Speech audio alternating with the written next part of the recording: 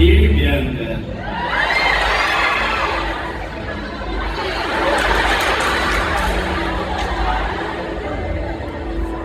lagi akong naghahanap ng chance para ipakita sa iyo kung gaano ka special. Finally, I got the chance to express myself through a letter. I always say that entering PBB is very unexpected for me, but I didn't expect that a person would make it cherishable. Binigyan mo ako ng bagong idea from the moment I first saw you coming from the garden area. Kami slow-mo eh.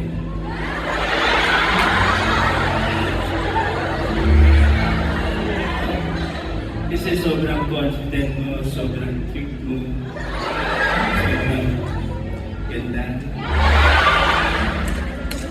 Tsaka may ingay.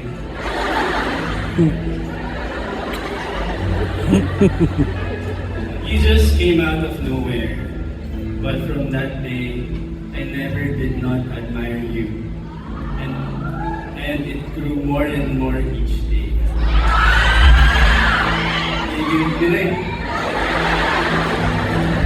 It just feels different getting to know you, not just because you are my opposite, but also for giving me a new perspective in different aspects.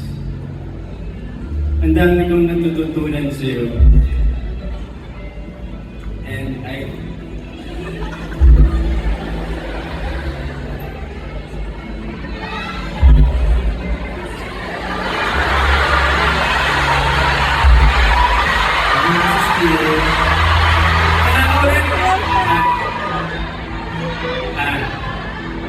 really can't deny that you made me a better person. Hearing your stories opened me to a lot of things. From your career, to your love to people, especially for your family. That made me love mine even more. You really have a great heart, Bianca.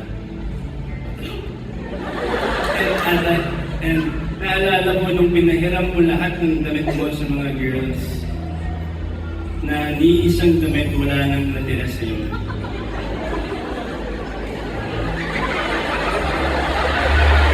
Diba? Sino yung mga natin?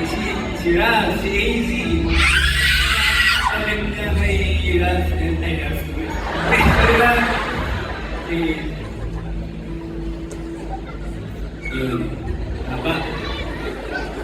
Kaya, meron ka na lang sa akin. Yun!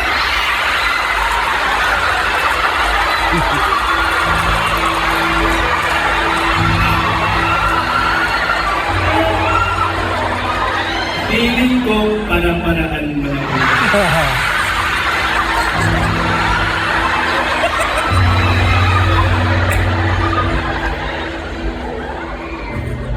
Ayun.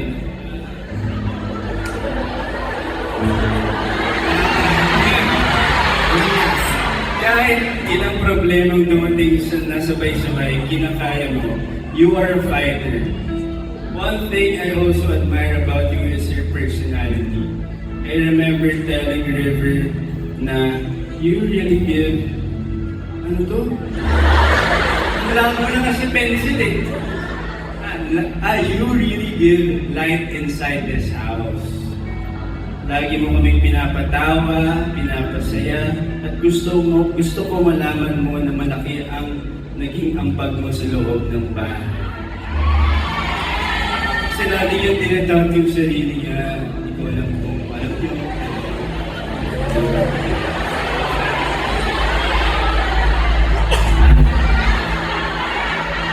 Pasa lang, sorry. Anong side chika? Pasa lang? Diretso. Saan ba ako? Para-paraan. Ang pencil kasi malabo na. Malabo.